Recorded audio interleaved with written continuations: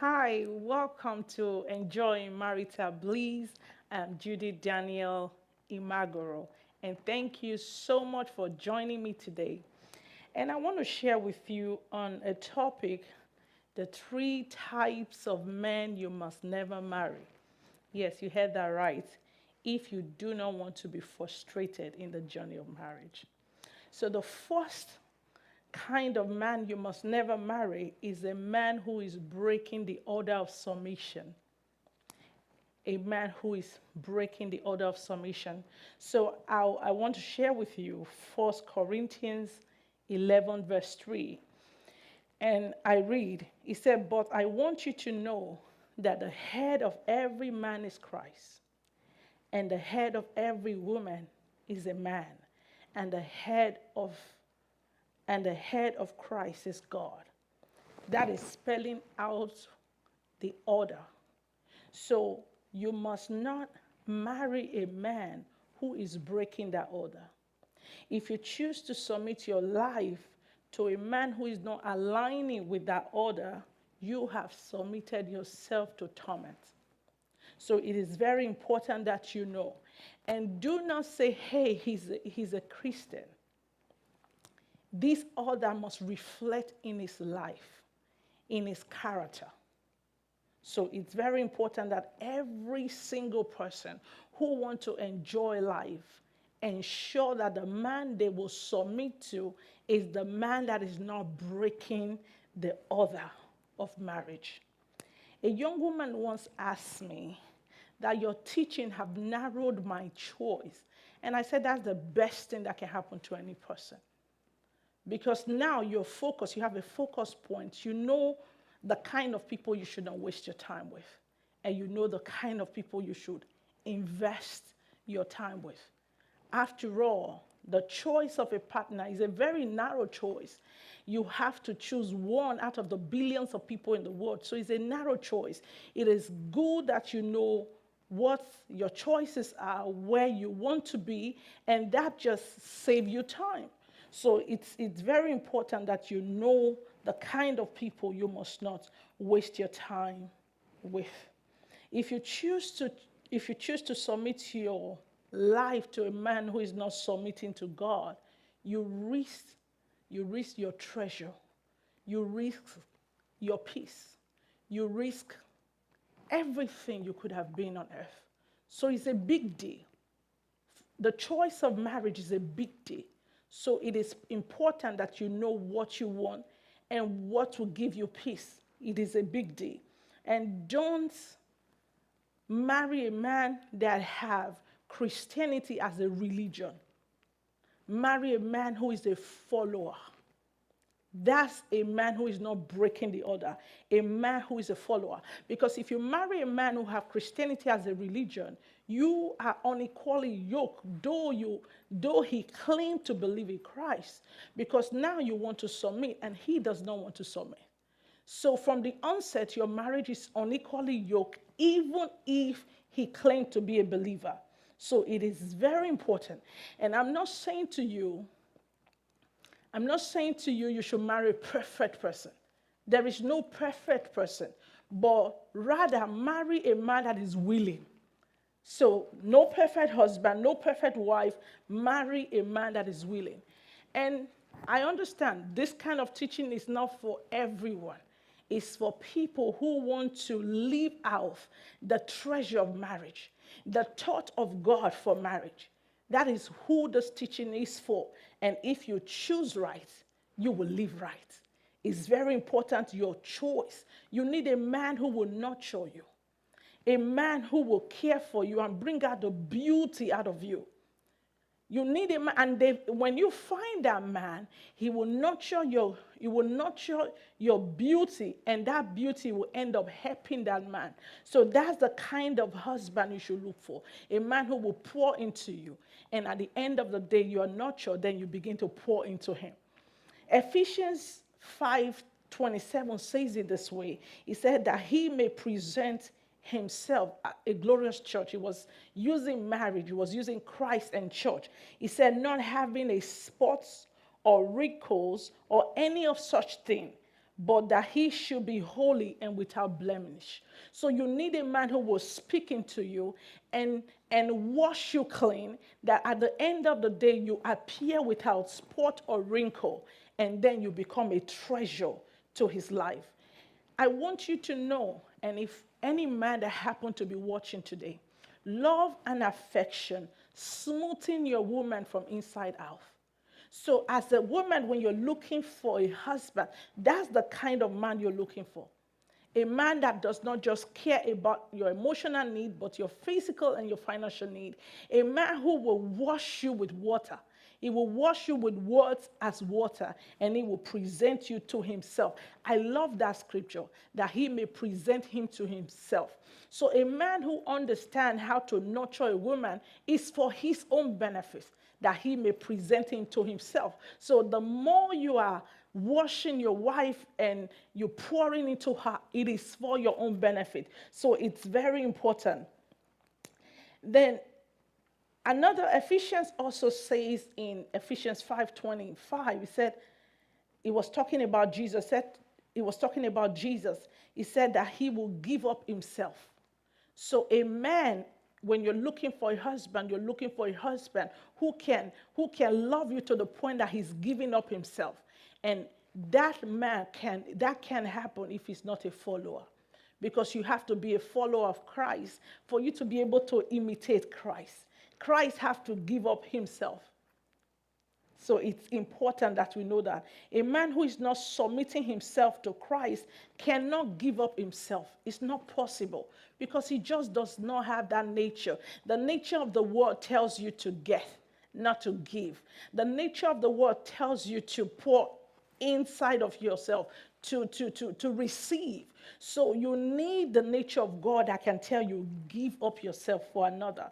So what does it mean for a man? So if you're looking for, okay, what will this man possess? What does it mean for a man to give up himself? A man who gives up himself is no longer self-seeking. So it's very important. He will give up his fantasy with other women. So in case you don't know the qualities to look out for when you're looking for a man who gives up himself, he stopped being self-seeking. He's no longer looking out anything that will satisfy him, but rather he will give up himself for those things that he used to like, for those things that are very attractive, because now he's following Christ and he's giving up himself. And someone may say, these types of men do not exist, or they are very rare. The answer is no. They are everywhere. It's just that they don't fit into what the world tells you is the ideal husband. They don't fit into what social media present to you as the ideal husband. Because at this moment, they are already giving up themselves. They are not self-seeking, so they don't look attractive to you. So when you see them, you ignore them. But those are the kind of men that can give up themselves to you because they are practicing it right now. But you are looking for men who fit into the society, who are self-seeking. Those are what you are attracted to. So at the end of the day, you feel there is no such man. If you look at the right places and you look inward, you will find those men. They are all over the place. So it's very important that you must not submit yourself to a man who is breaking the order of submission if you do not want to cry all through your life. So number 2, what kind of man you must never marry? The kind of man you must never marry. A man who have not yet discovered him. I say that very loudly. A man who have not yet discovered him. Before you can submit yourself to any man, you should know that that man is submitting himself to something. That is very beautiful. So he must have discovered what he wants to submit himself to. He must have discovered himself to know what parts he wants to, what feed he wants to tend on earth, what path he wants to walk on. He must have discovered himself. That's the least thing you should expect from any man.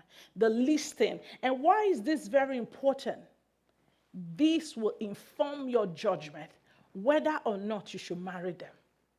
So you know that, okay, does I want you to always ask this question. And the genuine answer to this question will help you to decide the kind of man you should marry. So you should ask, do I want to walk in his path? So if he have not discovered his path, how would you know if you want to walk in his path? So then you must ask this question, do I want to tend the feet that this man is tending? So this man is tending or will tend. Because there are some men, they've just discovered where they want to go, but they are not yet doing it. There is no problem with that. But at least he should discover what is within him. So you will know if the path, the feed they are tending is the feed you want to tend. And then you should also ask yourself this question, does what I carry, the gift that I carry, does it marry with this person? So that is very important. And these questions will inform your decision if you are to marry them or not. So I want you to know marriage is partnership. It is partnering with your spouse to fulfill a life goal. So you must ensure that there is something to partner with. You should not marry a man that have not discovered himself, that don't know where he's going. And then you will have a frustrated marriage if you marry a man that have not discovered himself. A lot of people are in crisis today because it was during the course of their marriage that they suddenly know, oh, I have a gift. And now your husband or your wife don't want to go in your direction. Why? You didn't know earlier. And suddenly you can't change him. This is not where he wants to go. So it is very important, even as a man, that you discover you so you will know the best woman that will fit in the journey. A lot of people are partnering with people who does not fit in the journey. And because of that, they are having crisis. As a man, as a woman, why is this important? It's simple. If you know you, you will know what to fit. I say that again. If you know you very well, if you know what is inside of you, if you know what you carry, you will just simply know who fits. So the reason why a lot of people do not know who to marry is because they don't know them. They don't know what is on their inside. So that's the reason I will always recommend date yourself. If you date yourself well enough, you will easily know who fits and who does not fit. So it's important for you to know that marriage is heavily designed for earthly fulfillment. Marriage is on the earth. So it's heavily designed, so you have to discover yourself. It is very important to the overall success of your marriage. It is so key. So it's important. It will help you to know who to marry and who not to marry. So this is for both men and for women. As a woman, if you discover yourself, you will know the man to marry and the man not to marry. There are some men that I would have married that would kill this vision completely. So because I discovered me before I got married, at least that informed my decision on who to marry. So it's very important. Number 3, and this is the last one today. Never marry a religious man. Please, you heard me right. Never marry a religious man. It is as dangerous or even more dangerous to marry a religious man than to marry an unbeliever. An unbeliever, most unbelievers, they are fresh, their mind is fresh. And if the gospel is presented to them in a way that appeals to them, they will take the gospel and run with it. But when you marry a religious man is that person who knows the word but have decided to, use the word for his favor. So a religious man is someone who wants righteousness from others but themselves. So they are always seeking righteousness from others but themselves. A religious man is a rigid person. A religious man takes law and lifts it above mercy and ignore compassion. You do not want to marry that kind of man. They are men that women will suffer in their hand because they will always pull the word and twist it in order to control others. So you have to be aware. you have to be you have to be aware that they are religious people. Though they will claim to be believers, they believe in God, but they are not follower of Christ. So now a religious person can even be a pastor, but yet ungodly. That's a religious person. They know the word, but they are not godly. A religious person will look for perfection in others, but not themselves. A religious person, I say again, will ignore mercy and will ignore grace. So you don't need that kind of man. I remember recently I was counseling a man who kept saying, counseling both of them, a man and a woman, and kept saying, my wife must submit to me because that is what the word says. And he kept hammering on that. He's not talking about love. He's not talking about what he's not doing. Then I quietly asked him, I said, Jesus was basing on that your laws will not be grievous. Because even he said, my commandments are not grievous. How are you giving your wife grievous laws, and you want her to submit to it? So you don't need a religious man. A religious person is merciless, is rigid. Christ is a flexible and merciful God, but yet uphold the culture of God. He lived on earth and he never sinned, but yet he was compassionate. He mourned with those who mourn. He healed on the Sabbath, and the religious people were saying, no, don't heal. That's a merciless person. Oh, you know this person has been suffering for years, he's sick.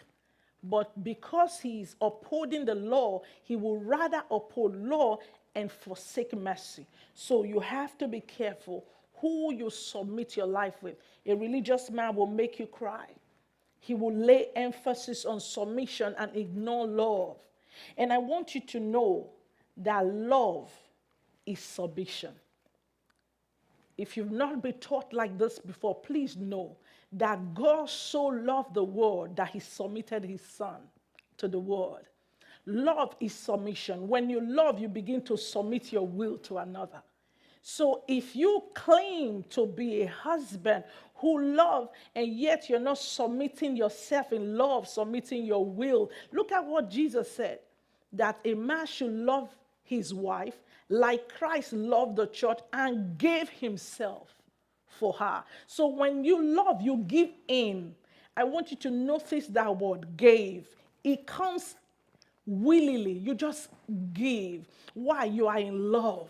So the first law of marriage, I will tell you, is submission, and the second law is submission. Why? Love is submission. When you love, you submit your will. You give up yourself. You become selfless. So also a woman who is married will submit her will if she's in love and who is a follower of Christ. So it's very important that you know a man who is religious from a man who is a follower. A man who is a follower will love you regardless. I say this example of myself.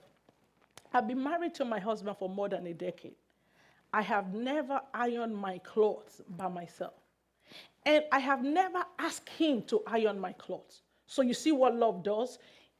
When someone loves you, he submits by his own will. So love is submission. I'm not asking him, help me do it, but he's just doing it and doing it for me and the children by his own will. That's even when we have maids, even when we have drivers. He just does it. Why? He's a man who is in love, who understands how to love his family. So as a result, he's just giving himself. That is how a man who is a follower behaves. But a religious person will tell you the man is the head of the house, so therefore he stays on the head of the family and oppress every other person. I want you to know that Christ told us that man is the head of the house, so he's a leader. And when Christ came as God on the earth, as a man, though God, he showed us what leadership was like. Christ was the leader, but yet he served. So a religious person will not take leadership as service. It will take leadership as lordship. So you have to understand, when you're dating a man, you will know it from what he says, how he says it. you will know that this is a religious man. This is not a man of love. This is not a follower, because a follower will behave like Christ. But the one who is a religious person will look for every law that will lift him above others. Why? For the purpose of oppressing those who he claimed to be leading. And anytime you see a religious person, Satan is not far-fetched. A religious person is very proudful, and that's the trademark of Satan. So it is important that you treasure your life so much that you're careful the kind of man you choose to submit your life to, because what you choose is what you live with. A lot of women are living in pains today because they chose wrongly. And my passion for every woman out there is for you to understand what God created marriage for and how you can choose rightly so that you will enjoy the treasure in marriage.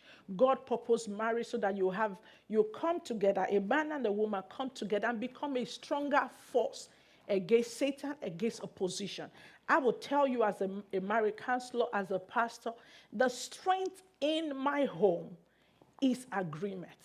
This one does not go left and the other one go right. We have used the force of agreement to triumph in every area of our life. And finally, a religious man will shut off every gift in you. But the truth is, it is for most men are married and they have silenced the voice of their wife. What they have done is to silence the goodness. The Bible said, he who findeth a man, he who findeth a wife, findeth a good thing, and obtain favor from the Lord. So what men do who are religious, who lack knowledge, who does not understand, is to silence the goodness that God has brought into their life. Most times you can marry a wife, and because of what is in your wife's life, it will stir up that which is on your inside. I gave an example. Last weekend, we were in a certain prayer, and as we were praying, my husband sensed in his body that there was, like the Holy Spirit was moving through his back, his spinal cord, and there was a woman in that meeting who had an accident and been in pain for years. But at the same time, that woman started feeling that same feeling on her back. And instantly she was healed. The next day she started driving bike. The next day, she started testifying. She had never danced for the past 3 years. That's a man who, first of all, allowed the voice and the goodness that God brought into his family. Inside of that goodness, his own, that thing that is inside of him, his gifting, his anointing, started speaking. There was another time, there's several testimonies of healing, but there was another time someone was joined to our prayer meeting, and my husband started feeling pain in his own head. That's how God shows him. It's called the word of knowledge. God tells you what he's about to do. And a woman was connected to our meeting in Maryland and had a tumor in her brain that was growing. And my husband said, anyone who is having headache right now, be healed. And that tumor stopped growing. Why? A man allowed the voice that God had given to him and allowed it to start speaking in his household and become part of it. Inside of allowing the gift God has given to him, his gift is speaking. I am encouraging every man that is watching today, allow your wife. It's a blessing. It says, he that findeth a wife, findeth a good thing. The intention of God is to allow goodness to reign in your life. Don't allow, especially if you're an African man, don't allow what generations before you who did not have relationship with God, don't allow what they passed down to you blind you from seeing what God has proposed marriage for. So thank you so much for watching today. I want to encourage you, share this broadcast to every woman you know and also men, because they need to learn so that they can allow the goodness of God to come into their life and they will be a blessing. And please share this broadcast, and do not forget to subscribe to my YouTube channel at Judith Imagoro Ministries. Like and follow my Facebook page at Judith Imagoro Ministries. Thank you so much, and God bless you. Bye-bye.